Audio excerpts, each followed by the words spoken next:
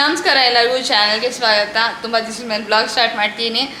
ಈ ಡೈಲಾಗ್ನ ಲಾಸ್ಟ್ ಬ್ಲಾಗಲ್ಲೂ ಹೇಳಿದ್ದೆ ಅಂತ ಅನಿಸ್ಬೋದು ನಿಮಗೆ. ಆದರೆ ರಜಾ ದಿನಗಳಲ್ಲಿ ಗೊತ್ತಲ್ವಾ, ಓಡಾಟಗಳಿರುತ್ತೆ. ಆ ಫಂಕ್ಷನು ಈ ಫಂಕ್ಷನು, ಈ ಊರಿಗೆ ಹೋಗೋ ಆ ಊರಿಗೆ ಹೋಗೋ, ಜೊತೆಗೆ ನಮಗೊಂದು ರೆಗ್ಯುಲರಾಗಿ ಏನು ರೊಟೀನ್ ಇರುತ್ತಲ್ಲ, ಬೆಳಗ್ಗೆ ಎದ್ದು ಅಡುಗೆ ಕೆಲಸಗಳೆಲ್ಲ ಮುಗಿಸ್ಕೊಂಡು ಬೇರೆ ಕೆಲಸಗಳ ಕಡೆಗೆ ಗಮನ ಕೊಡೋವಂಥದ್ದು, ಆ ರೂಟೀನ್ ಎಲ್ಲೋ ತಪ್ಪೋಗ್ಬಿಟ್ಟಿರುತ್ತೆ. ಸೊ ಸ್ಟಿಲ್ ಒಂಥರ ಫಿಗರ್ ಔಟ್ ಮಾಡ್ತಾ ಇರ್ತೀವಿ. ಬೆಳಗ್ಗೆ ಎದ್ದ ತಕ್ಷಣ ಯಾವುದನ್ನು ಬೇಗ ಬೇಗ ಮಾಡ್ಕೊಂಡು ಪ್ರಿಯಾರಿಟೈಸ್ ಮಾಡ್ಕೊಂಡು ಮಾಡಬೇಕು. ಹಾಗೆಯೇ ಇವತ್ತಿನ ದಿವಸಕ್ಕೆ ಇನ್ನೇನು ಕೆಲಸ ಇದೆ, ಎಲ್ಲಿ ಹೊರಗೆ ಹೋಗಬೇಕು, ಹೀಗೆ ನಡೀತಾ ಇರುತ್ತೆ. ಸ್ವಲ್ಪ ದಿವಸ ಈ ಒಂದು ಏನಂತಾರೆ ಫ್ರೀಡಮ್ ಇರುತ್ತೆ. ಆಮೇಲೆ ಮತ್ತೆ ಪ್ರಕಾರ ಸ್ಕೂಲು ಕಾಲೇಜ್ ಶುರು ಆದಮೇಲೆ ಗೊತ್ತೇ ಇದೆ ನಿಮಗೆ, ವಾಪಸ್ ರೊಟೀನಿಗೆ ಬರೋದು. ಶೆಕೆ ಅಂತೂ ತುಂಬ ಜೋರಾಗಿದೆ ಅಂತಲೇ ಹೇಳ್ಬೋದು. ಮಳೆ ಅವಾಗವಾಗ ಚೂರು ಪಾರು ಬೆಂಗಳೂರಲ್ಲಂತೂ ಬಂತು, ಎಲ್ಲ ಕಡೆ ಬಂದಿರೋಲ್ಲ, ಒಂದೊಂದು ಕಡೆ ಒಂದೊಂದು ಸತಿ ಬಂದಿರುತ್ತೆ. ಸೊ ನಿಮ್ಮ ಬೆಂಗಳೂರಿಂದ ನೀವು ಹೊರಗಿದ್ದರೆ ನಿಮ್ಮೂರಲ್ಲಿ ಎಷ್ಟು ಮಳೆಗಳಾಗ್ತಿದೆ, ಶೆಕೆ ಹೆಂಗಿದೆ ಖಂಡಿತ ಕಾಮೆಂಟ್ ಸೆಕ್ಷನ್ ಬರ್ತಿಳ್ಸಿ. ಯಾಕೆಂದರೆ ಶೆಕೆ ಅಂತೂ ಜೋರಾಗೇ ಇದೆ ಬೆಂಗಳೂರಲ್ಲಿ. ಮಳೆ ಬಂತು ಅಂತ ಅನ್ಸಿದ್ರು ತಣ್ಣಗೇನಾಗಿಲ್ಲ. ಸೊ ಆದರೆ ಬೆಂಗಳೂರಿಂದ ಮೈಸೂರಿಗೆ ಹೋಗ್ಬಂದರೆ ಮೈಸೂರಿಗೆ ಹೋದ ತಕ್ಷಣ ಶೆಕೆ ಜಾಸ್ತಿ ಅಂತ ಅನಿಸುತ್ತೆ. ಆದರೆ ವಾಪಸ್ಸು ಬೆಂಗಳೂರಲ್ಲಿ ಇರೋವರೆಗೂ ಬೆಂಗಳೂರಲ್ಲಿ ಶೆಕೆ ಅಂತ ಅನ್ನಿಸ್ತಿರುತ್ತೆ. ಮೈಸೂರಿಗೆ ಹೋದರೆ ಮೈಸೂರಲ್ಲಿ ಇನ್ನೂ ಶೆಕೆ ಜಾಸ್ತಿ ಅಂತ ಅನಿಸುತ್ತೆ. ಮತ್ತು ವಾಪಸ್ ಬೆಂಗಳೂರಿಗೆ ಬಂದರೆ ಬೆಂಗಳೂರಲ್ಲಿ ತಣ್ಣಗಿದೆ ಅಂತ ಒಂದು 2 ದಿವಸ ಅನಿಸುತ್ತೆ ಅಷ್ಟೇ. ಮತ್ತು ಆಮೇಲೆ ಬೆಂಗಳೂರಲ್ಲಿ ಇನ್ನೂ ಶೆಕೆನೇ ಹೋಗಿಲ್ಲ ಅನಿಸ್ತಿರುತ್ತೆ. ಶೆಕೆಗಾಲದಲ್ಲಿ ಶೆಕೆ ಅಂತಿರೋದು, ಮಳೆಗಾಲ ಬಂದಾಗ ಮಳೆ ಅಂತಿರೋದು, ಇಷ್ಟೇ ಇದೆ. ಸೊ ವ್ಲಾಗ್ ಶುರು ಮಾಡ್ತಾಯಿದ್ದೀನಿ. ಇದ್ರ ಹಿಂದಿನ ವೀಡಿಯೋಗೆ ಒಂದು ಇಂಟ್ರೋ ಔಟ್ರೋ ರೆಕಾರ್ಡ್ ಮಾಡಿದೆ, ನೀವಾಗಲೇ ನೋಡಿರ್ತೀರ ಅಂತ ಅಂದ್ಕೊಳ್ತೀನಿ. ನೀರು ದೋಸೆ ಜೊತೆಗೆ ಪನ್ನೀರ್ ಘೀ ರೋಸ್ಟ್, ಇದು ತುಂಬ ಅಂದರೆ ತುಂಬ ಚೆನ್ನಾಗಿರುತ್ತೆ. ನೀವು ಆ ವಿಡಿಯೋ ನೋಡಿಲ್ಲ, ಟ್ರೈ ಮಾಡಿಲ್ಲ ಅಂದರೆ ನೋಡ್ಕೊಂಡು ಬನ್ನಿ. ಬಟ್ ನೀವು ಟ್ರೈ ಮಾಡಿ, ನಿಮಗೆ ಗೊತ್ತಿದ್ದ ರೆಸಿಪಿ ಆದರೆ ನನ್ನ ವೀಡಿಯೋನ ನೋಡ್ಕೊಂಡು ಬನ್ನಿ. ಯಾಕೆ ಅಂತಂದರೆ ಯಾವಾಗಲೂ ನನ್ನದೇ ಆದಂಥ ಒಂದು ಟಚ್ಚನ್ನು ಕೊಡೋ ಪ್ರಯತ್ನ ಇರುತ್ತೆ. ಪನ್ನೀರು ನೀವು ಎಷ್ಟೇ ಹೊತ್ತಿಟ್ರು ಚೂಯಿ ಆಗದೆ, ಒಂಥರ ಗಟ್ಟಿ ಆಗದೆ, ಆ ಥರ ಆಗದೆ ಇರೋ ಹಾಗೆ ನಾನು ಇಲ್ಲೊಂದು ಸ್ಟೆಪ್ನ ಫಾಲೋ ಮಾಡಿದ್ದೆ, ಅದನ್ನು ನಿಮ್ಮ ಜೊತೆ ಹಂಚ್ಕೊಂಡಿನಿ. ಸೊ ಈ ವ್ಲಾಗ್ ಶುರುವಾಗ್ತಾಯಿದೆ, ಈ ವ್ಲಾಗ್ ಕಂಟಿನ್ಯೂ ಆಗುತ್ತೆ. ಅಡುಗೆ ಮಾಡಬೇಕು, ಹುಳಿ ಮಾಡಬೇಕು. ಬೆಳಗ್ಗೆಲ್ಲ ಕುಕ್ಕರೆಲ್ಲ ಕೂಗಿಸಿ ಎಲ್ಲ ಆಗೋಯ್ತು. ಶೆಕೆ ಎಷ್ಟಿರುತ್ತಲ್ವ, ಹಾಗಾಗಿ ನಾನು ಏನು ಮಾಡ್ತೀನಿ, ಕುಕ್ಕರ್ನ ಬೆಳಗ್ಗೆ ಅಂದರೆ ಕುಕ್ಕರ್ ಕೂಗಿಸ್ಬೇಕಾದ್ರೆ ಅಡುಗೆ ಮನೇಲಿ ಇರೋದಿಲ್ಲ, ಕುಕ್ಕರ್ನ ಹೋಗಿಟ್ಬಿಟ್ಟು ಹೊರಗೆ ಬಂದುಬಿಡ್ತೀನಿ. ಸೊ ಅದೆಲ್ಲ ಕೂಲಾದ್ಮೇಲೆ ನಿಧಾನಕ್ಕೆ ಹೋಗಿ ಉಳಿದ ಕೆಲಸ ಮಾಡ್ಕೋಬೋದು ಅಂತೇಳಿ. ಕುಕ್ಕರ್ ಕೂಗ್ತಿದ್ದಾಗ ಅಥವಾ ಒಲೆ ಮೇಲೆ ಏನಾದ್ರು ಕುದೀತಿದ್ದಾಗ ಅಡುಗೆ ಮನೇಲಿ ಇದ್ಬಿಟ್ರೆ ನಾವು ಕೂಡ ಕುದಿಯೋಕ್ಕೆ ಶುರು ಆಗ್ತೀವಿ, ಅಷ್ಟು ಶೆಕೆ ಆಗ್ತಿರುತ್ತೆ. ಸೊ ಈ ವ್ಲಾಗು ಕಂಟಿನ್ಯೂ ಆಗುತ್ತೆ. ಬೇಸಿಗೆಗಾಲ ಬಂತು ಅಂತಂದರೆ ಕರ್ಬೂಜ ಹಣ್ಣು, ಕಲ್ಲಂಗಡಿ ಹಣ್ಣು, ಮಾವಿನ ಹಣ್ಣು, ಸರಿಯಾಗಿ ಹೇಳಬೇಕು ಅಂದರೆ ಇನ್ನೂ ಸರಿಯಾಗಿ ಅಂದರೆ ಮರದಲ್ಲೇ ಹಣ್ಣಾಗಿ ಬರೋವಂಥ ಮಾವಿನ ಹಣ್ಣು ಇತ್ತೀಚೆಗೆ ಶುರು ಆಗ್ತಾ ಇದೆ. ಅದಕ್ಕೂ ಮುಂಚೆನೇ ಮಾರ್ಕೆಟಲ್ಲಿ ಏನಂತಾರೆ ಆರ್ಟಿಫಿಷಿಯಲಾಗಿ ಹಣ್ಣು ಮಾಡಿರೋವಂಥದ್ದು ಬೇಕಾದಷ್ಟು ಸಿಗ್ತಿರುತ್ತೆ.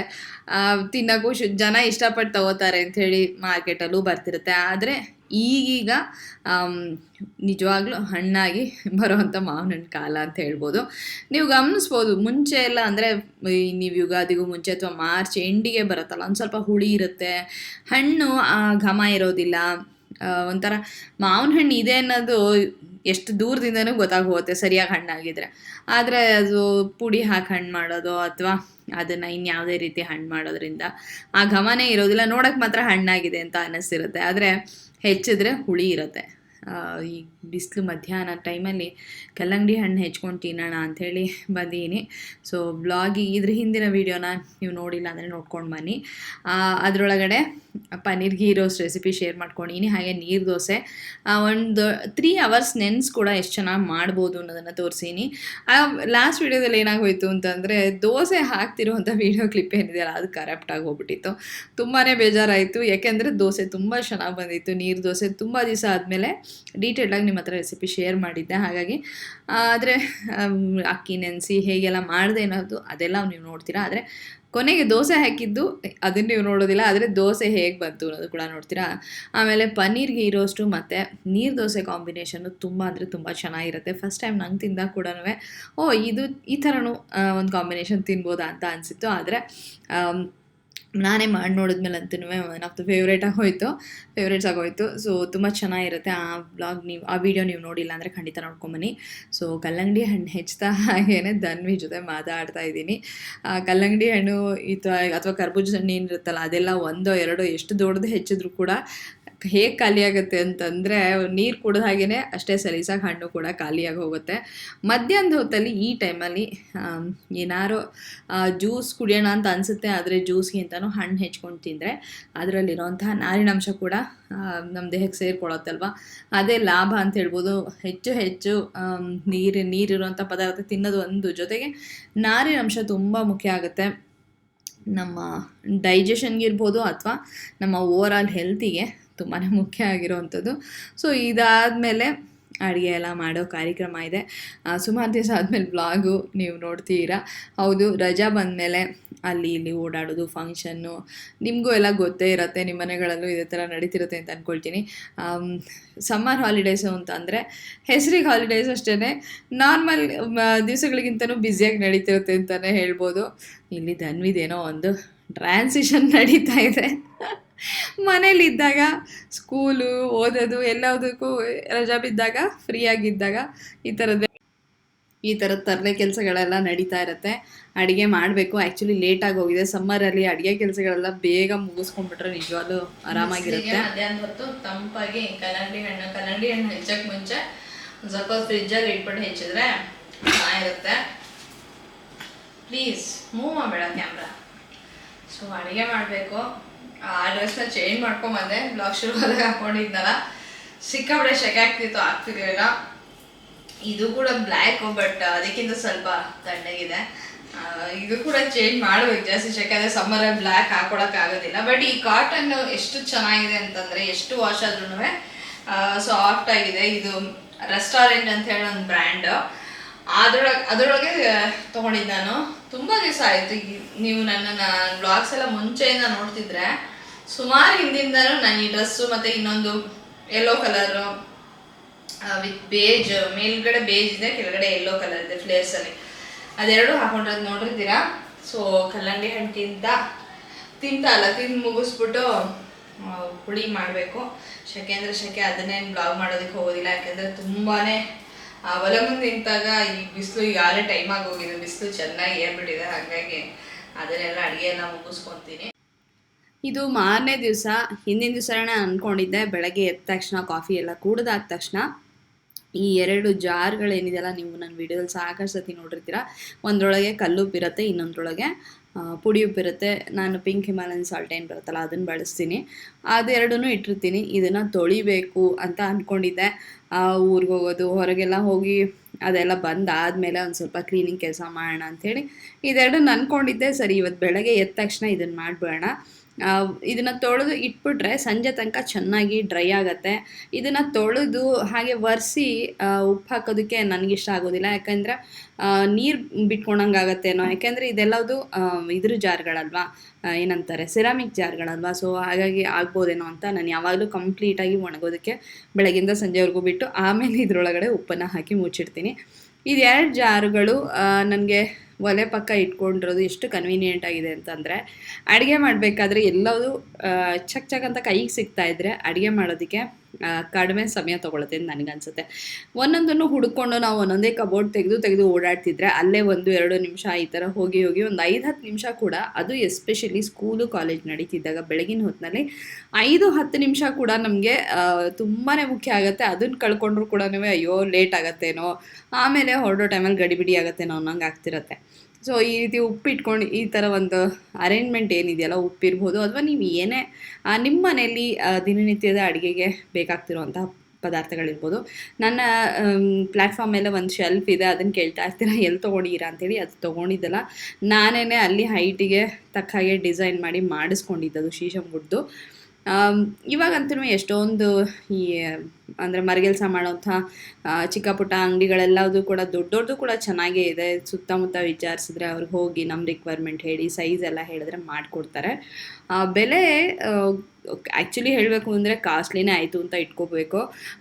ನೀವು ರೆಡಿಮೇಡ್ ತೊಗೊಂಡ್ರೆ ಸ್ವಲ್ಪ ಕಡಿಮೆ ಬೀಳ್ತಿತ್ತೇನೋ, ಹೇಳಿ ಮಾಡಿಸಿದ್ದು ಸ್ವಲ್ಪ ದುಬಾರಿನೇ ಆಯ್ತೇನೋ, ಆದರೆ ಕ್ವಾಲಿಟಿ ಚೆನ್ನಾಗಿದೆ. ಆಮೇಲೆ ನನಗೆ ಅನುಕೂಲವಾಗಿದೆ. ನನಗೆ ಏನೇನು ಸಾಮಾನೆಲ್ಲ ದಿನನಿತ್ಯದ ಅಡುಗೆಗೆ ಬೇಕಾಗುತ್ತೋ ಅದೆಲ್ಲವೂ ಕೂಡ ಅಲ್ಲಿ ಇಟ್ಕೊಂಡಾಗ ನನಗೆ ಕೈಗೆ ಸುಲಭವಾಗಿ ಸಿಗುತ್ತೆ ಮತ್ತು ತೊಗೊಂಡು ಅಡುಗೆ ಕೆಲಸ ಕ್ವಿಕ್ಕಾಗಿ ಮುಗಿಸೋದಕ್ಕೆ ಹೆಲ್ಪ್ಫುಲ್ ಆಗಿರುತ್ತೆ. ನಿಮ್ಮ ಮನೆಗಳಲ್ಲೂ ನೀವು ಈ ಥರದ್ದು ಏನೋ ಒಂದು ಅರೇಂಜ್ಮೆಂಟ್ ಮಾಡ್ಕೋಬೋದು. ಪ್ಲ್ಯಾಟ್ಫಾರ್ಮ್ ಮೇಲಿರ್ಬೋದು ಅಥವಾ ಶೆಲ್ಫ್ಗಳಲ್ಲಿರ್ಬೋದು ಅಥವಾ ಕಬೋರ್ಡ್ಸ್ಗಳಲ್ಲಿರ್ಬೋದು. ಮಾಡ್ಕೊಂಡಾಗ ಏನಾಗುತ್ತೆ ಅಂದರೆ ಅಡುಗೆ ಮನೆಯಲ್ಲಿ ಅಡುಗೆ ಮಾಡೋ ಕೆಲಸ ಜಾಸ್ತಿ ನಾವು ತಲೆ ಉಪಯೋಗಿಸ್ಬೇಕಾಗಿರಲ್ಲ. ಅಂದರೆ ಹುಡ್ಕೊಂಡು ಹೋಗೋದು ಅದೆಲ್ಲವೂ ಕೂಡ ಅವಾಯ್ಡ್ ಆಗುತ್ತೆ, ಕೈಗೆ ಕ್ವಿಕ್ಕಾಗಿ ಸಿಗ್ತಿರುತ್ತೆ. ಬೂದ್ಕುಂಬಳಕಾಯಿ ಹಾಕಿ ಹುಳಿ ಮಾಡೋಣ ಅಂತ ಅಂದ್ಕೊಂಡೆ. ಬೂದ್ಕುಂಬಳಕಾಯಿ ಜೊತೆ ಅಲಸಂದೆ ಕಾಳು ಕಾಂಬಿನೇಷನ್ ತುಂಬ ಚೆನ್ನಾಗಿರುತ್ತೆ ಹುಳಿಗೆ. ಆದರೆ ಈ ಬೇಸಿಗೆಯಲ್ಲಿ ತುಂಬ ಹೆವಿ ಅನಿಸುತ್ತೆ ತಿನ್ನೋದಕ್ಕೆ. ಆಮೇಲೆ ತಿಂದಮೇಲೆ ಏನೋ ಒಂಥರ ಹೊಟ್ಟೆ ಭಾರ ಈ ಥರದ್ದೆಲ್ಲ ಅನ್ನಿಸ್ತಿರುತ್ತೆ. ಹಾಗಾಗಿ ಸ್ವಲ್ಪ ಅವಾಯ್ಡ್ ಮಾಡ್ತೀನಿ. ಅದ್ರ ಬದಲಾಗಿ ಬೇಳೆನೇ ಒಂಚೂರು ಹೆಚ್ಚಿಗೆ ಹಾಕಿ ಚೆನ್ನಾಗಿ ಹುಳಿ ಮಾಡಿದ್ರೆ ತುಂಬ ರುಚಿಯಾಗಿರುತ್ತೆ. ವಾರದಲ್ಲಿ ಒಮ್ಮೆನೋ ಅಥವಾ 2 ವಾರದಲ್ಲಿ ಒಮ್ಮೆನಾದರೂ ಬೂದ್ಗುಂಬಳಕಾಯಿ ತಿನ್ನೋ ಅಭ್ಯಾಸ ಇಟ್ಕೋಬೇಕು. ತುಂಬಾ ಒಳ್ಳೆಯದು ಆರೋಗ್ಯಕ್ಕೆ. ಹಾಗೆಯೇ ಮಕ್ಕಳಿರೋವಂಥ ಮನೇಲಂತೂ ಖಂಡಿತ ಬೂದ್ಗುಂಬಳಕಾಯಿ ತಿನ್ನಬೇಕು. ಇದು ಬುದ್ಧಿನ ಚುರುಕಾಗಿಡುತ್ತೆ ಅಂತ ಹೇಳ್ತಾರೆ. ಮಜ್ಜಿಗೆ ಹುಳಿನೋ ಅಥವಾ ಇನ್ನೇನಾರು ಹಸಿ ಮಜ್ಜಿಗೆ ಹುಳಿ, ಕಾಯಿ ಹುಳಿ, ಎಷ್ಟು ಥರದ್ದು ನಾನೇ ನಿಮ್ಮ ಜೊತೆ ಶೇರ್ ಮಾಡ್ಕೊಂಡಿದ್ದೀನಿ. ಖಂಡಿತ ಟ್ರೈ ಮಾಡ್ಬೋದು. ಬೂದ್ಗುಂಬಳಕಾಯಿ ಯಾವಾಗ್ಲೂ ಗಟ್ಟಿಯಾಗಿ ಬಲ್ತಿರಬೇಕು. ಎಳೆಯದಾಗಿರೋ ಬೂದ್ಗುಂಬಳಕಾಯಿಗಳು ಮಾರ್ಕೆಟಲ್ಲಿ ಧಾರಾಳವಾಗಿ ಸಿಗುತ್ತೆ. ಆದರೆ ಚೆನ್ನಾಗಿ ಗಟ್ಟಿಯಾಗಿ ಬಲ್ತಿರೋವಂಥ ಬೂದ್ಗುಂಬಳಕಾಯಿ ತುಂಬ ಸಿಗೋದು ಕಷ್ಟ. ಇವತ್ತು ನಾನು ತೊಗೊಂಬಂದಿದ್ದು ತುಂಬಾ ಚೆನ್ನಾಗಿತ್ತು. ನನಗೂ ಕೂಡ ಎಷ್ಟೋ ದಿವಸದ ಮೇಲೆ ಈ ಥರ ಸಿಕ್ತು. ಸಾಧ್ಯವಾದಷ್ಟು ಹುಡ್ಕೊಂಡು ಚೆನ್ನಾಗಿ ಗಟ್ಟಿಯಾಗಿರೋಂಥದ್ದು ತರ್ತೀನಿ. ಆದರೆ ಒಂದೊಂದು ಸತಿ ಸಿಗೋದೇ ಇಲ್ಲ ಅಂತಾದಾಗ ತುಂಬ ಹುಡ್ಕೋದಕ್ಕೂ ಹೋಗೋದಿಲ್ಲ, ಸಿಕ್ಕಿದ್ದನ್ನೇ ತರಬೇಕಾಗಿರುತ್ತೆ. ನಾನು ಕುಕ್ಕರಲ್ಲಿ 2 ವಿಸಿಲ್ ಕೂಗಿಸ್ದೆ. ಬೂದ್ಗುಂಬಳಕಾಯಿ ಹೋಳು ಕೂಡ ಚೂರು ಕರಗಿಲ್ಲ. ಹಾಗೆಯೇ ಬೇಳೆ ಕೂಡ ಹದವಾಗಿ ಬೆಂದಿದೆ. ಸ್ವಲ್ಪ ಅರಿಶಿನ ಹಾಕಿ ಬೇಯಿಸ್ಕೊಂಡಿದ್ದೆ. ನೀರು ಜಾಸ್ತಿ ಬೇಕಾಗೋದಿಲ್ಲ, ಯಾಕೆಂದರೆ ಬೂದ್ಗುಂಬಳಕಾಯಲ್ಲಿ ಅದರದ್ದೇ ಕುಂಬಳಕಾಯಿ ನೀರೇ ಬಿಟ್ಕೊಂಡ್ಬಿಡುತ್ತಲ್ವ, ಆವಾಗ ಹುಳಿ ಕೂಡ ನಿಮ್ಗೆ ಇನ್ನೂ ನೀರಾಗೋ ಸಾಧ್ಯತೆ ಇರುತ್ತೆ. ಈಗ ಒಂದು ಸ್ವಲ್ಪ ಏನೇನು ಮಸಾಲೆ ಬೇಕೋ ಅದನ್ನು ರುಬ್ಕೊಳ್ಳೋಣ. ಇವತ್ತಿನ ದಿವಸ ಅಲಸಂದೆ ಕಾಳು ಇದೆಲ್ಲ ಏನು ಹಾಕ್ತಿರೋದ್ರಿಂದ ತುಂಬ ಗಟ್ಟಿ ಬರೋದಿಲ್ಲ. ಹಾಗಾಗಿ ಸ್ವಲ್ಪ ಉದ್ದಿನಬೇಳೆ ಕಡಲೆಬೇಳೆ ಹಾಕ್ಕೊಂಡು ಹುರ್ಕೊಳ್ತಾ ಇದ್ದೀನಿ ಹುಳಿಗೆ. ಹಾಗೆಯೇ ಚಕ್ಕೆ, ಮೆಣಸು ಮತ್ತು ಒಂದು 4 ಕಾಳು ಮೆಂತ್ಯ ಹಾಕ್ಕೋಬೋದು, ಚೆನ್ನಾಗಿರುತ್ತೆ. ಹಾಗೆಯೇ ಕೊತ್ತಂಬರಿ ಬೀಜ ಸ್ವಲ್ಪ ಧಾರಾಳವಾಗಿ. ಕೆಲವರು ಜೀರಿಗೆ ಹಾಕ್ಕೋತಾರೆ, ನಾನು ಸಾಮಾನ್ಯವಾಗಿ ಜೀರಿಗೆ ಹಾಕೋದಕ್ಕೆ ಹೋಗೋದಿಲ್ಲ. ಹಾಗೆಯೇ ಖಾರಕ್ಕೆ ತಕ್ಕಷ್ಟು ಬ್ಯಾಡಗಿ ಮೆಣಸಿನ್ಕಾಯಿ, ಗುಂಟೂರು ಮೆಣಸಿನ್ಕಾಯಿ ತಿಂತೀರಾ ಅಂದರೆ ಅದನ್ನು ಕೂಡ ಹಾಕೋಬೋದು. ಆದರೆ ಮೆಣಸು ಕಾಳು ಮಾತ್ರ ಇದಕ್ಕೆ ಬೀಳಲೇಬೇಕು, ಅದ್ರ ರುಚಿನೇ ಬೇರೆ. ಹಾಗೆಯೇ ಮೆಣಸು ಕಾಳು ದೇಹಕ್ಕೆ ಕೂಡ ತುಂಬ ಒಳ್ಳೆಯದು. ಹೆಚ್ಚಾಗಿ ಒಣಮೆಣಸಿನ್ಕಾಯಿ ತಿನ್ನೋದ್ರ ಬದಲಾಗಿ ಮೆಣಸು, ಜೀರಿಗೆ ಇದನ್ನು ಬಳಸೋದ್ರಿಂದ ಜೀರ್ಣಶಕ್ತಿ ಕೂಡ ಚೆನ್ನಾಗಿ ಇರುತ್ತೆ. ಹಾಗೆಯೇ ವೆಯ್ಟ್ ಲಾಸ್ ಮಾಡಬೇಕು ಅನ್ನೋರಿಗೆ ಕೂಡ ಇವೆಲ್ಲ ಒಂದು ಮುಖ್ಯವಾಗಿರುತ್ತೆ ಅಂತ ಹೇಳ್ಬೋದು. ಜೀರಿಗೆ, ಮೆಣಸು ಎಲ್ಲದೂ ಕೂಡ ಚೆನ್ನಾಗಿ ತಿಂದ ಆಹಾರನ ಅರಗಿಸೋದ್ರಿಂದ ದೇಹದಲ್ಲಿ ಇನ್ಫ್ಲಮೇಷನ್ಗಳಾಗೋದಿಲ್ಲ. ಆವಾಗ ಏನಾಗುತ್ತೆ ಅಂದರೆ ತಾನಾಗೆ ವೆಯ್ಟ್ ಕೂಡ ಕಡಿಮೆ ಆಗುತ್ತೆ. ಇಲ್ಲಿ ಬ್ಯಾಡಗಿ ಮೆಣಸಿನ್ಕಾಯಿ ಹಾಕ್ಕೊಂಡಿದ್ದೀನಿ. ನಾನು ಹೇಳಿದಾಗೆ ನಿಮ್ಮ ಖಾರಕ್ಕೆ ತಕ್ಕಾಗಿ ನೀವು ಹಾಕೋಬೋದು. ಎಲ್ಲದನ್ನು ಸ್ವಲ್ಪ ಎಣ್ಣೆ ಹಾಕ್ಕೊಂಡು ಹುರ್ಕೊಂಡು ನಂತರ ಸ್ವಲ್ಪ ಹಸಿ ತೆಂಗಿನ ತುರಿ ಜೊತೆ ರುಬ್ಬಿದರೆ ಹುಳಿಗೆ ಹಾಕುವಂತಹ ಮಸಾಲೆ ತಯಾರಾಯಿತು. ಹಾಗೆ ಸ್ವಲ್ಪ ಕರಿಬೇವಿನ ಸೊಪ್ಪು ಇಲ್ಲೇ ಇತ್ತು, ಹಾಕ್ಕೊಂಡೆ. ನೀವು ರುಬ್ಬೋದಕ್ಕೆ ಕೂಡ ಹಾಕ್ಕೋಬೋದು ಈ ರೀತಿಯಾಗಿ ಹುರಿದು. ಇಲ್ಲ ನೀವು ಕುದಿತಿರ್ಬೇಕಾದ್ರೆ ಹುಳಿ ಕೂಡ ಹಾಕ್ಕೋಬೋದು. ಈ ರೀತಿಯಾಗಿ ಮಸಾಲೆ ಜೊತೆಗೆ ಹುರಿದು ಹಾಕ್ಕೊಂಡ್ಬಿಟ್ರೆ ನಿಮಗೆ ಅದು ತೆಗೆದಿಡ್ತಾರಲ್ಲ ಅದು ಅವಾಯ್ಡ್ ಆಗುತ್ತೆ. ಹಾಗೆಯೇ ಕರಿಬೇವಿನ ಸೊಪ್ಪು ಇದರ ಅಂಶ ಎಲ್ಲ ದೇಹಕ್ಕೆ ಸೇರುತ್ತೆ. ಮತ್ತು ಗರಿಯಾಗಿ ಹುರ್ಕೊಂಡಾಗ ಎಣ್ಣೆ ಜೊತೆ ಅದರದ್ದು ರುಚಿನೇ ಬೇರೆ ಇರುತ್ತೆ. ನೀವು ಬರೀ ಚಟ್ನಿ ಸುಮ್ಮನೆ ಕಾಯಿ, ಉಪ್ಪು, ಖಾರ ಎಲ್ಲ ಹಾಕಿ ಚಟ್ನಿ ಮಾಡೋದ್ರ ಜೊತೆಗೆ ಸ್ವಲ್ಪ ಕರಿಬೇವಿನ ಸೊಪ್ಪನ್ನ ಹುರಿದು ಹಾಕಿ ಚಟ್ನಿಯಲ್ಲಿ ರುಬ್ಬಿಟ್ಟು ಆ ಟೇಸ್ಟ್ನ ನೋಡಿ, ಅದ್ರ ರುಚಿನೇ ಬೇರೆ ಇರುತ್ತೆ. ಸೇಮ್ ಇಲ್ಲೂ ಕೂಡ ಹಾಗೆಯೇ ಹುಳಿಗೆ ರುಬ್ಬಬೇಕಾದ್ರೆ ಕರಿಬೇವಿನ ಸೊಪ್ಪನ್ನು ಹಾಕ್ಕೊಂಡು ಹುರಿದು ಅದನ್ನು ರುಬ್ಬೋದಕ್ಕೆ ಸೇರಿಸ್ಕೊಂಡ್ರೆ ತುಂಬಾ ಟೇಸ್ಟಿಯಾಗಿರುತ್ತೆ. ಎತ್ತಿಡ್ತಾರೆ ಅನ್ನೋ ಇದಿರೋದಿಲ್ಲ, ವೇಸ್ಟ್ ಮಾಡ್ತಾರೆ ಅನ್ನೋ ಟೆನ್ಷನ್ ಇರೋದಿಲ್ಲ.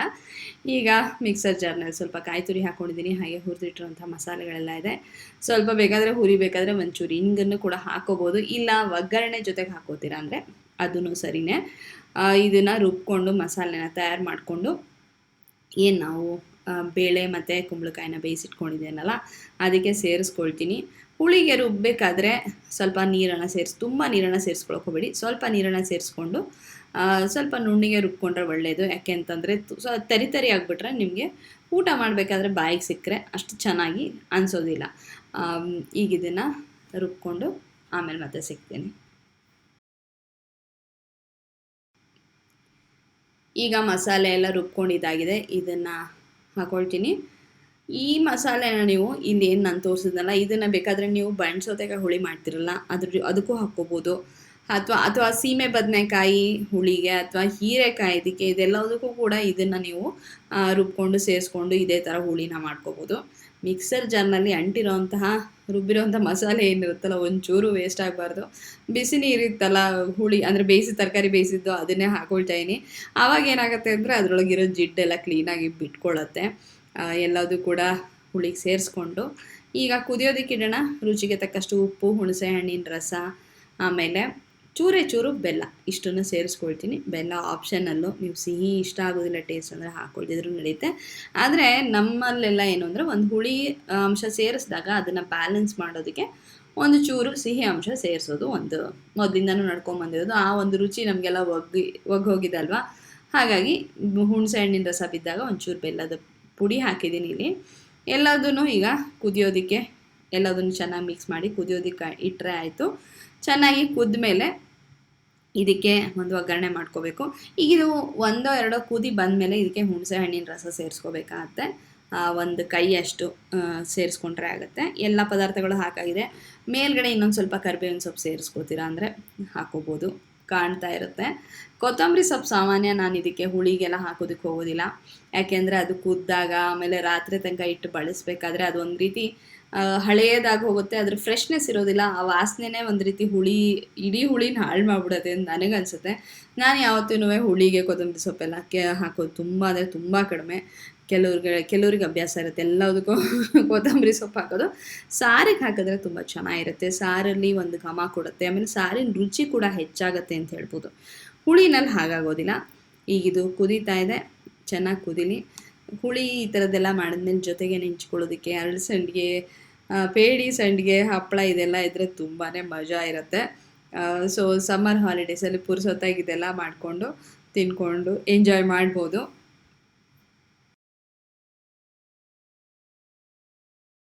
ಮಧ್ಯಾಹ್ನ ಊಟ ಆಯಿತು, ರೆಸ್ಟ್ ಆಯಿತು. ಆಮೇಲೆ ಹೊರಗಡೆ ಹೋಗಿದ್ದೆ. ವಾಪಸ್ ಬಂದಮೇಲೆ ನನಗೆ ನೆನಪಾಯಿತು ಇದೊಂದು ಕೆಲಸ ಬೆಳಗ್ಗೆ ಮಾಡಿದ್ದು ಅರ್ಧ ಆಗಿ ಉಳಿದಿದ್ದೆಲ್ಲ, ಇದನ್ನು ಪೂರ್ತಿ ಮಾಡೋಣ ಅಂಥೇಳಿ. ಏನು ಅಂತಂದರೆ ಈ ಜಾರ್ಗಳೆಲ್ಲ ಒಣಗಿ ತಯಾರಾಗಿತ್ತು. ಇದಕ್ಕೆ ವಾಪಸ್ಸು ಹೊಸ ಪ್ಯಾಕೆಟ್ ಉಪ್ಪಿಂದೆಲ್ಲ ಹಾಕ್ಬಿಟ್ಟು ರೀಫಿಲ್ ಮಾಡಿ ಇಟ್ಬಿಡೋಣ. ಸೊ ಬೆಳಗ್ಗೆ ನೆಕ್ಸ್ಟ್ ಅಡುಗೆ ಮಾಡೋತ್ತಿಗೆ ಸುಲಭವಾಗಿ ಕೈ ಸಿಗುತ್ತೆ ಅಂಥೇಳಿ. ಇದೆರಡು ಜಾರ್ ಎಲ್ಲಿ ತೊಗೊಂಡ್ರಿ ಅಂತ ಕೇಳ್ತಿರ್ತೀರಾ. ಇದೆರಡು ಫ್ಯಾಬ್ ಇಂಡಿಯಾದಿದು.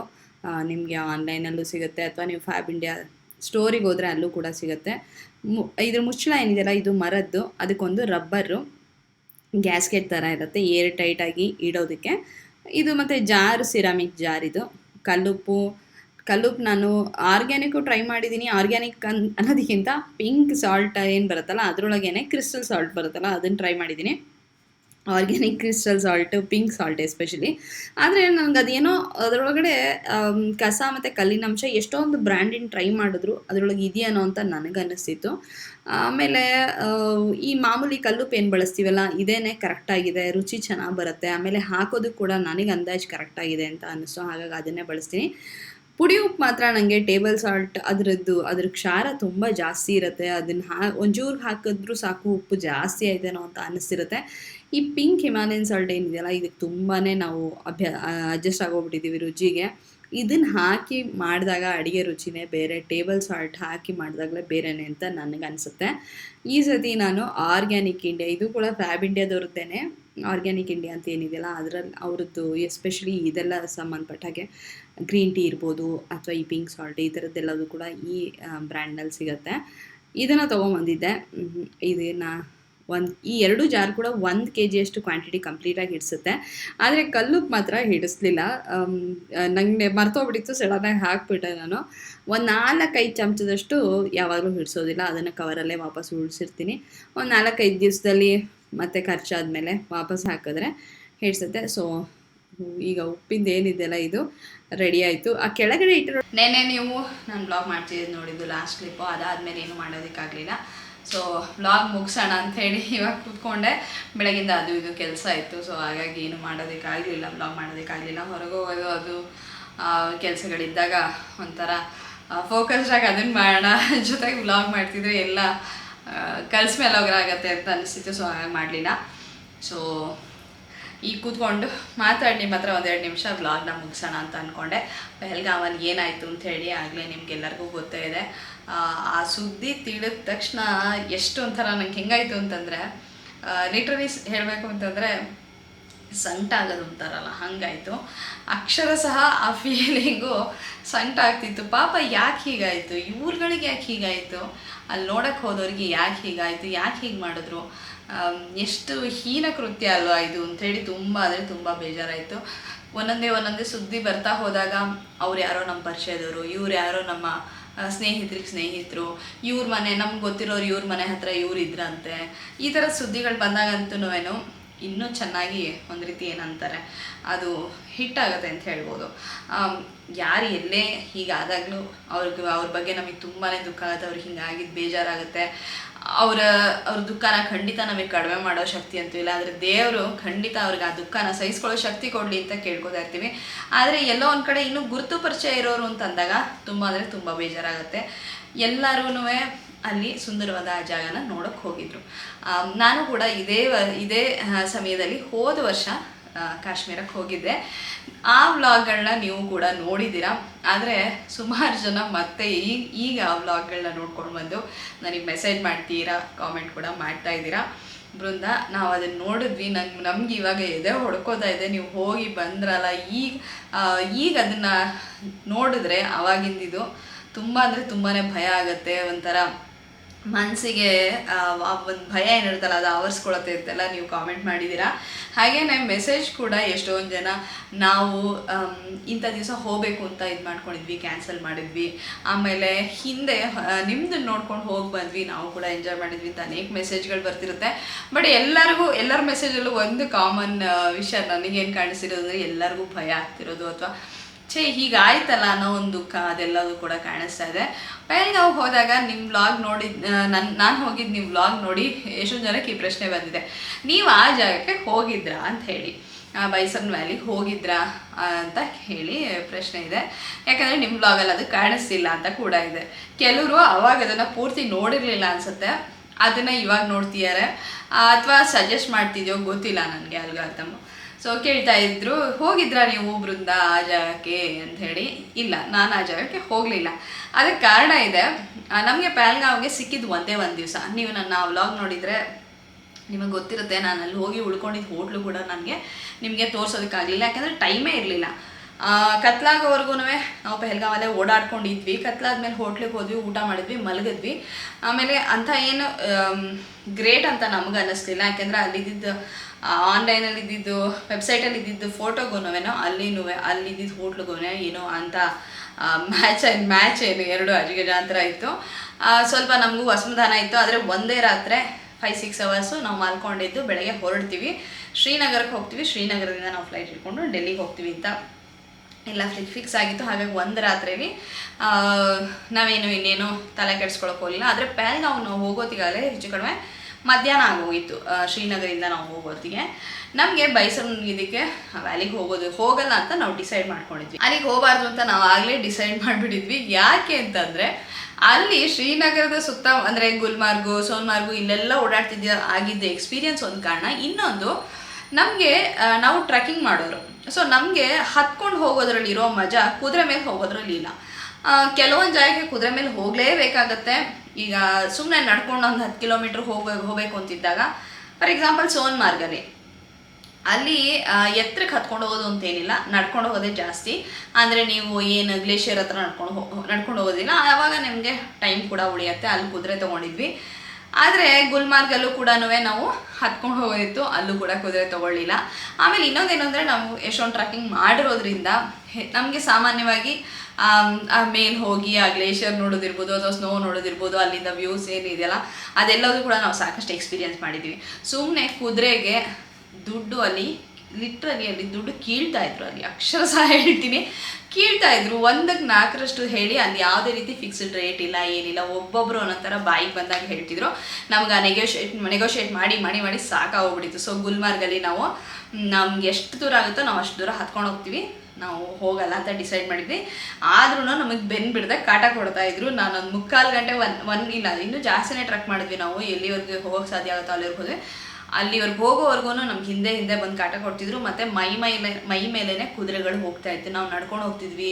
ಕುದುರೆಗಳನ್ನು ಸೈಡ್ ಮಾಡಬೇಕು ಅಂತ ಅನ್ನೋಷ್ಟು ಒಂದು ಸಣ್ಣ ಇದು ಕೂಡ ಅವರು ತೋರಿಸ್ತಿರ್ಲಿಲ್ಲ, ಕರ್ಟಸಿ ಕೂಡ ತೋರಿಸ್ತಿರ್ಲಿಲ್ಲ. ಮೈ ಮೇಲೆ ಕುದುರೆಗಳು ಬರ್ತಿದ್ವು, ನಾವೇನೇ ಹೆದರ್ಕೊಂಡು ಸೈಡಿಗೆ ಹೋಗ್ಬೇಕಾಗ್ತಿತ್ತೆ ಹೊರತುನೂ ಕೊಚ್ಚೆ ಇರ್ತಿತ್ತು, ಕಲ್ಲು ಇರ್ತಿತ್ತು. ಆದರೆ ಅದು ನಿಜ, ನಾನು ಅದೇ ಅನ್ಕೋತಿದ್ದೆ. ಯಾಕಂದರೆ ನಾವು ಎಷ್ಟೊಂದು ಕಡೆ ಟ್ರೆಕ್ ಮಾಡ್ತೀವಿ, ಎಷ್ಟೊಂದು ಜಾಗಗಳು ನೋಡಿದ್ದೀವಿ, ಜನರು ನಡ್ಕೊಂಡು ಹೋಗ್ತಿದ್ದಾರೆ, ಜೊತೆ ಕುದುರೆನೂ ಹೋಗ್ತಿದೆ ಅಂದರೆ ಅವ್ರೇನು ಕುದುರೆ ಗೋಡಾವಲ್ಲ ಅವ್ರು ಇರ್ತಾರಲ್ಲ ಅವ್ರುಗಳಂತೂ ಪಕ್ಕಕ್ಕೆ ಸರಿಸ್ತಾ ಇರ್ತಾರೆ, ನಮ್ಗೆ ಹೆದರ್ಕೋಬೇಡಿ ಅಂತಾರೆ, ಅಥವಾ ನೀವು ಈ ಕಡೆ ಬನ್ನಿ ಅಂತಾರೆ. ಇಲ್ಲಂತೂ ಅದು ಯಾವ ಥರದ್ದೊಂದು ಚಿಕ್ಕ ಪುಟ್ಟ ಒಂದು ಕರ್ಟಿಸಿ ಏನಿದೆಯಲ್ಲ ಅದು ಕೂಡ ಇರಲಿಲ್ಲ. ನಮ್ಗೆ ಅಲ್ಲೇ ಸಾಕಷ್ಟು ಸಿಟ್ಟು ಬಿಡ್ತು ಗುಲ್ಮಾರ್ಗಲ್ಲಿ. ಬಟ್ ನಮಗೇನೋ ನಾವು ನೋಡಿಕೊಂಡು ಹೋಗ್ತೀವಿ ಅಂತಿತ್ತು. ಸೊ ನಮಗೆ ಬೈಸನ್ ವ್ಯಾಲಿಗೆ ಮತ್ತೆ ಕುದುರೆ ಮೇಲೆ ಹೋಗೋದು ಅಂತಿತ್ತಲ್ಲ, ಅದು ಆಲ್ರೆಡಿ ಕಿರಿಕಿರಿಯಾಗಿತ್ತು. ಆಮೇಲೆ ಅಲ್ಲಿ ಗ್ರಾಸ್ ಲ್ಯಾಂಡ್ ಇದೆ, ವ್ಯೂ ಕಾಣುತ್ತೆ ಏನು ಅಂತ ನನಗೆಲ್ಲ ಗೊತ್ತಿತ್ತು ಮುಂಚೆನೇ. ಸೊ ನಾವು ಅದ್ರ ಹಿಂದಿನ ಟ್ರೆಕ್ಕಿಂಗ್ ಕೂಡ ಗ್ರಾಸ್ ಲ್ಯಾಂಡಿಗೋಸ್ಕರ ಟ್ರೆಕ್ ಮಾಡಿದ್ವಿ. ತುಂಬ ಚೆನ್ನಾಗಿತ್ತು ಎಕ್ಸ್ಪೀರಿಯೆನ್ಸು. ಮತ್ತು ಆ ಗ್ರಾಸ್ ಲ್ಯಾಂಡ್ ನೋಡೋಕ್ಕೆ ನಾವು ಇಲ್ಲಿಂದ ಒಂದು 3 ಗಂಟೆ 1.5 ಗಂಟೆ 2 ಗಂಟೆಗಳ ಕಾಲ ಕುದುರೆ ಮೇಲೆ ಹತ್ಕೊಂಡು ಹೋಗೋವಂಥದ್ದು ಏನೂ ಇಲ್ಲ. 1000 ರೂಪಾಯಿ ಅದಕ್ಕೋಸ್ಕರ ಸುರಿಯೋದು ಬೇಡ, ಪರವಾಗಿಲ್ಲ. ಅದನ್ನು ಬಿಟ್ಟು ನಾವು ABC ವ್ಯಾಲಿ, ಏನು ಬರುತ್ತಲ್ಲ ಬೇತಾಬ್ ವ್ಯಾಲಿ, ಚಂದನ್ವಾಡಿ, ಇನ್ನೊಂದು ಯಾವುದು ಆರು ವ್ಯಾಲಿ, ಇದೆಲ್ಲದನ್ನು ಕೂಡ ಕಾರಲ್ಲೇ ಆರಾಮಾಗಿ ಓಡಾಡಿಕೊಂಡು ಅಲ್ಲಿ ಇಳಿದು ನಡ್ಕೊಂಡು ಹೋಗಿ ಎಂಜಾಯ್ ಮಾಡ್ಬೋದು ಅಂತ ಇತ್ತು. ಸೊ ಹಾಗಾಗಿ ಅದನ್ನೆಲ್ಲ ಎಂಜಾಯ್ ಮಾಡಿದ್ವಿ. ಬೈಸನ್ ವ್ಯಾಲಿಗೆ ನಾವು ಹೋಗಲಿಲ್ಲ. ಆಮೇಲೆ ನಾವು ಪಹಲ್ಗಾಮ್ ಹೋದ ತಕ್ಷಣ ಊಟ ಮಾಡೋಣ ಅಂಥೇಳಿ ಒಂದು ಹೋಟ್ಲಿಗೆ ಹೋದ್ವಿ. ಅಲ್ಲಿ ಒಂದು ಫ್ಯಾಮಿಲಿ ಬಂದಿತ್ತು, ಅವರು ಚೆನ್ನೈಯಿಂದ ಬಂದಿದ್ರು. ಅವರು ಜಸ್ಟ್ ಬೈಸನ್ಗೆ ಹೋಗಿ ಮುಗಿಸ್ಕೊಂಡು ಊಟಕ್ಕೆ ಬಂದಿದ್ರು. ಅವ್ರು ನಮ್ಮನ್ನು ಕೇಳಿದ್ರು, ಅವ್ರು ಪಹಲ್ಗಾಮಿಂದ ವಾಪಸ್ ಶ್ರೀನಗರ್ಗೆ ಹೋಗ್ತಿದ್ರು. ಸೊ ಅವ್ರಿಗೆ ಪಹಲ್ಗಾಮಲ್ಲಿ ಒಂದು 2-3 ದಿವಸ ಅವ್ರ ಎಕ್ಸ್ಪೀರಿಯನ್ಸ್ ಎಲ್ಲ ಕೇಳ್ಕೊಂಡ್ವಿ. ಅವ್ರು ಬೈಸನ್ ವ್ಯಾಲಿಗೆ ಹೇಳಿದ್ರು. ನಾವು ಈ ಥರ ಎಲ್ಲ ಹೇಳ್ತಾ ಇದ್ವಿ, ಹೀಗೆಲ್ಲ ನೋಡಿದ್ವಿ ಅಂತ. ನೀವೇನು ಹೋಗಬೇಡಿ, ಅಲ್ಲಿ ತುಂಬ ಅಂದರೆ ತುಂಬ ಬೋಲ್ಡರ್ಸ್ ಇದೆ, ಅದನ್ನೆಲ್ಲ ಹತ್ಕೊಂಡು ಕುದುರೆಯಲ್ಲಿ ತುಂಬಾ ರಿಸ್ಕಿಯಾಗಿದೆ. ಹೆಂಗಂದ್ರೆ ಹಂಗೆ ಕರ್ಕೊಂಡು ಹೋಗ್ತಾರೆ. ಒಂದು ಏನಂತಾರಲ್ಲ, ಫಸ್ಟ್ ಟೈಮ್ ಹೋಗ್ತಿರೋರ್ಗೆ ಒಂದು ಭಯ ಇರುತ್ತೆ, ಆ ನಜಕ್ಕೆಲ್ಲ ಏನೂ ಇಲ್ಲ, ನಮಗಂತೂ ಯಾಕಾದರೂ ಹೋದ್ವು ಅಂತ ಅನ್ನಿಸ್ತು ಅಂತ ಹೇಳ್ತಾಯಿದ್ರು. ಆ್ಯಂಡ್ ಕ್ವೈಟ್ ಎಕ್ಸ್ಪೆನ್ಸಿವ್, ಬಾಯಿಗೆ ಬಂದಾಗ ಪ್ರೈಸಸ್ ಹೇಳ್ತಾರೆ. ಅದರಿಂದ ಯಾಕಂದರೆ ಅಲ್ಲಿ ಟೂರಿಸಮ್ ಮೇಲೆ ನಡೆಯೋದು. ಈಗಲೂ ಕೂಡ ನೀವು ಸಾಕಷ್ಟು ವೀಡಿಯೋ ನೋಡ್ತೀರಾ ಅಂತ ಅಂದ್ಕೊಳ್ತೀನಿ. ಇಲ್ಲಿ ನಾವು ನಿಮ್ಮನ್ನು ನೋಡ್ಕೊಳ್ತೀವಿ, ಕೇರ್ ಮಾಡ್ತೀವಿ, ಬನ್ನಿ ಹಾಗೆ ಹಿಂಗೆ. ಯಾಕಂದರೆ ಅವ್ರಿಗೆ ದುಡ್ಡು ಬೇಕಾಗಿದೆ, ಜೀವನ ನಡಿಬೇಕಾಗಿದೆ ಅವ್ರಿಗೆ. ಟೂರಿಸಮ್ ಚೆನ್ನಾಗಿ ಇದಾಗಿತ್ತು, ಒಂದು ರೀತಿ ಮೇಲ್ ಬಂದಿತ್ತು ಅಲ್ಲಿ ಈ ಕಳೆದ ಒಂದು 4-5 ವರ್ಷದಲ್ಲಿ, 3-4 ವರ್ಷದಲ್ಲಿ ಅಂತ ಹೇಳ್ಬೋದು. ಸೊ ಇವಾಗ ಹೋಗೋರಿಗೆ ನಿಜವಾಗ್ಲೂ ಜೀವ ಭಯ ಬಿಟ್ಟು ಕಾಶ್ಮೀರ ಹೋಗಿ ನೋಡಬೇಕು ಅಂತ ಯಾರಿಗೂ ಇರೋದಿಲ್ಲ. ಜೀವ ಇದ್ದರೆ ಏನು ಬೇಕಾದ್ರೂ ನೋಡ್ಬೋದು. ಅಲ್ಲಿ ಹೋಗಿ ನಿಜವಾಗ್ಲೂ ಅವ್ರನ್ನೆಲ್ಲ ಪಾಪ ಅವರೆಲ್ಲ ಎಷ್ಟು ಖುಷಿಯಾಗಿ ಅವರ ರಜಾ ದಿನ ಕಳಿಯಕ್ಕೆ ಹೋಗಿದ್ರು. ಸೊ ಈ ಥರದ ದಿನ ನೋಡ್ಬೇಕಾಗಿ ಬಂತು ಅವ್ರ ಮನೆಯವ್ರಿಗೆ ಎಲ್ಲರಿಗೂ. ಸೊ ಇಷ್ಟಿತ್ತು. ಬೈಸನ್ಗೆ ಹೋಗಿಲ್ಲ, ನಾವು ನೋಡಲಿಲ್ಲ. ಆದರೆ ABC ವ್ಯಾಲಿ ನೋಡಿಕೊಂಡು. ಬಟ್ ಇನ್ನೊಂದೇನೆಂದರೆ ಪಹಲ್ಗಾಮ್ ನಾನು ಬ್ಲಾಗಲ್ಲೂ ಕೂಡ ಹೇಳಿದ್ದೆ, ಅಲ್ಲಿ ಒಂದು ಸಿಸ್ಟಮ್ ಇದೆ. ಏನು ಅಂತಂದರೆ, ನೀವು ಕ್ಯಾಬ್ ಹೈರ್ ಮಾಡಬೇಕಾದ್ರೆ ಶ್ರೀನಗರಲ್ಲಾಗಲಿ, ಸೋನ್ಮಾರ್ಗು, ಗುಲ್ಮಾರ್ಗು ಅಥವಾ ದೂದ್ ಪತ್ರಿ ಇನ್ನೆಲ್ಲೆಲ್ಲಿ ಹೋದ್ನೋ ಎಲ್ಲೂ ಕೂಡ ನಾನು ಆ ಥರದ್ದು ನೋಡಿಲ್ಲ. ಅಲ್ಲಿ ಒಂದು ಆಫೀಸ್ ಇದೆ, ಗೌರ್ಮೆಂಟ್ ಆಫೀಸು ಅಂತ ಅದು ಹೇಳ್ತಾರೆ ಅವರು. ಅಲ್ಲಿ ಹೋದರೆ ನಿಮಗೆ ಇಷ್ಟಿಷ್ಟು ಅವರ್ಸ್ಗೆ ಇಷ್ಟಿಷ್ಟು ದುಡ್ಡು, ಹಾಗೆಯೇ ಯಾವ ಕಾರ್ ನೀವು ತೊಗೋತೀರಾ ಅದ್ರ ಮೇಲೆ ಇಷ್ಟು ದುಡ್ಡು ಅಂತ. ಅದು ಒಂದು ಸಿಸ್ಟಮ್ ನಾನು ಪಹಲ್ಗಾಮಲ್ಲಿ ನೋಡಿದೆ. ನನಗೆ ಅದೊಂದು ಇಷ್ಟ ಆಯಿತು. ಯಾಕೆಂದರೆ ಮತ್ತೆ ಕಾರು ಹೈರ್ ಮಾಡಬೇಕು ಅಂದರೆ ಮತ್ತೆ ನೆಗೋಷಿಯೇಟ್ ಮಾಡಬೇಕಲ್ಲಪ್ಪ ಇವ್ರ ಹತ್ರ ಅಂತ ನಮಗೂ ಸಾಕಾಗೋಯಿತು. ಆ್ಯಂಡ್ ಅದು ಎಂಡ್ ಆಫ್ ಅವರ್ ಇದಾಗಿತ್ತು, ಕಾಶ್ಮೀರ್ ಟ್ರಿಪ್ ಆಗಿತ್ತು. ಸೊ ಲಾಸ್ಟ್ 1 or 2 ಡೇಸಲ್ಲಿ ಮತ್ತೆ ಈಗೇನು ಗೋಯಿಂಗ್ ಥ್ರೂ ದಟ್ ಪ್ರೋಸೆಸ್ಸು ಒಂಥರ ಇರಿಟೇಟ್ ಮಾಡುತ್ತೆ. ಸೊ ಅನ್ಕೋತಾ ಇದ್ವಿ. ಆದರೆ ಅಲ್ಲಿಗೆ ಹೋದ ತಕ್ಷಣ ಒಂದು ಗೌರ್ಮೆಂಟ್ ಆಫೀಸು, ಒಂದು ಬೋರ್ಡು, ಇಷ್ಟು ಅವರ್ ಇಷ್ಟು ದುಡ್ಡು ಬನ್ನಿ ಅಂತ ಏನಿತ್ತಲ್ಲ, ಭಾರಿ ಖುಷಿ ಆಗೋಯ್ತು ನಮಗೆ. ಸೊ ನಾವು ನಮಗೆ ಬೇಕಾದ ಕಾರ್ ಚೂಸ್ ಮಾಡ್ಕೊಂಡ್ವಿ, ಇಷ್ಟು ಅವರ್ ನಮಗೆ ಓಡಾಡಬೇಕು ಅಂತ ಹೇಳಿದ್ವಿ. ಸೊ ಅದಕ್ಕೆ ತಕ್ಕಾಗೆ ದುಡ್ಡು ಕೊಟ್ವಿ, ಮುಗೀತು. ನಿಮ್ಮ ಖುಷಿ ಆದರೆ ಡ್ರೈವರಿಗೆ ಬೇಕಾದ್ರೆ ಏನು ಬೇಕಾದ್ರೂ ಕೊಡ್ಬೋದು ಅಂತೇಳಿ. ಬಟ್ ಅಲ್ಲಿ ಸಿಕ್ಕಿ ಡ್ರೈವರ್ ಕೂಡ ತುಂಬಾ ಚೆನ್ನಾಗಿ ತೋರಿಸಿದ್ರು. ನಮ್ಗೆ ಅವ್ರ ಜೊತೆ ಎಕ್ಸ್ಪೀರಿಯನ್ಸ್ ಚೆನ್ನಾಗಿತ್ತು. ಅವರು ಬೆಂಗಳೂರಲ್ಲೂ ಕೂಡ ಸಾಕಷ್ಟು ವರ್ಷ ಇದ್ದು ಈಗಲೂ ಏನೋ ಒಂದು ಚಿಕ್ಕ ಪುಟ್ಟ ಅಂಗಡಿ ಇದೆಯಂತೆ. ಅವ್ರಿಗೆ ಕನ್ನಡ ಬೇರೆ ಬರ್ತಿತ್ತು. ಅವರು ಏನೋ ಒಂದು 4-5 ಅವರ್ಸಿಂದ ಏನೋ ಪ್ಯಾಕೇಜ್ ತೊಗೊಂಡಿದ್ದು ನೆನಪು ನನಗೆ, ಅಷ್ಟು ಸರಿಯಾಗಿ ನೆನಪಿಲ್ಲ. ಆ ಬ್ಲಾಗಲ್ಲಿ ನಾನು ಹೇಳಿರ್ತೀನಿ ಅದನ್ನು. ಆದರೆ ಪಾಪ ಅದಕ್ಕಿಂತ ಜಾಸ್ತಿ ನಮ್ಮನ್ನು ಕರ್ಕೊಂಡು ಹೋಗಿ ಕತ್ಲಾದರೂ ಕೂಡ ಒಂದು 3-4 ಶಿವ ಟೆಂಪಲ್ಲು, ಆಮೇಲೆ ಯಾವುದ್ಯಾವುದು ನಮಗೆ ನಾವು ನೋಡಬೇಕಾಗಿರುತ್ತೋ ಅದನ್ನು ಅವರೇ ಕರ್ಕೊಂಡೋಗಿ ಸಾಕಷ್ಟು ತೋರಿಸೋದಕ್ಕೆ ಪ್ರಯತ್ನ ಪಟ್ಟರು. ರಾತ್ರಿ ಒಂದು 7:30-8 ಗಂಟೆವರೆಗೂ ತೋರಿಸಿದ್ರು. ಅದು ಏನಿತ್ತಲ್ಲ ಅವ್ರದ್ದು ಪ್ಯಾಕೇಜು, ಅದನ್ನ ಬಿಟ್ಟು ಕೂಡ ಎಕ್ಸ್ಟ್ರಾ ತೋರಿಸಿದ್ರು. ಅದೆಲ್ಲ ಚೆನ್ನಾಗಾಯಿತು. ಸೊ ಪಹಲ್ಗಾಮಲ್ಲಿ ನಂಗೆ ಅದು ಇಷ್ಟ ಆಗಿತ್ತು. ಸದ್ಯ ಈ ಇದಕ್ಕೋಸ್ಕರ ಏನದು ಟ್ಯಾಕ್ಸಿಗೋಸ್ಕರ ತಲೆ ಕೆಡಿಸ್ಕೊಳ್ಳೋದಿಲ್ಲಲ್ಲ ಅಂಥೇಳಿ. ಸೊ ಇಷ್ಟಿತ್ತು, ನಿಮ್ಮಲ್ಲಿ ಕೇಳ್ತಿದ್ರಿ, ಹಾಗಾಗಿ ಈ ವ್ಲಾಗಲ್ಲಿ ಹೇಳಿದೆ. ಆದರೆ ಏನಾಯಿತು ಅದೆಲ್ಲವೂ ಕೂಡ ತುಂಬ ತುಂಬ ತುಂಬ ಮನಸ್ಸಿಗೆ ಬೇಜಾರಾಗುವಂಥ ವಿಷಯ. ಖಂಡಿತ ನಮ್ಮ ಸುರಕ್ಷತೆ ತುಂಬ ತುಂಬ ಮುಖ್ಯ. ಆಮೇಲೆ ಅದೇ ಜಾಗಕ್ಕೆ ಹೋಗಿ ನೋಡುವಂಥದ್ದು, ಈ ಸೇಫಾಗಿ ಟ್ರಾವೆಲ್ ಮಾಡೋದು ತುಂಬ ಮುಖ್ಯ ಆಗುತ್ತೆ. ಹೆಚ್ಚು ಕಡಿಮೆ ಆ ವ್ಲಾಗ್ಗಳಲ್ಲಿ ನಾನು ಎಲ್ಲ ನನ್ನ ಎಕ್ಸ್ಪೀರಿಯೆನ್ಸ್ನ ಹೇಳ್ಬಿಟ್ಟಿದ್ದೀನಿ. ನೀವು ನೋಡಿಲ್ಲ ಅಂದರೆ ನೋಡ್ಕೊಂಡು ಬನ್ನಿ. ಸೊ ಇಷ್ಟು ಹೇಳ್ತಾ ಈ ವ್ಲಾಗ್ನ ಮುಗಿಸ್ತಾ ಇದ್ದೀನಿ. ಸಿಗೋಣ ಇನ್ನೊಂದು ಸುಂದರವಾದ ವ್ಲಾಗಲ್ಲಿ. ಧನ್ಯವಾದಗಳು.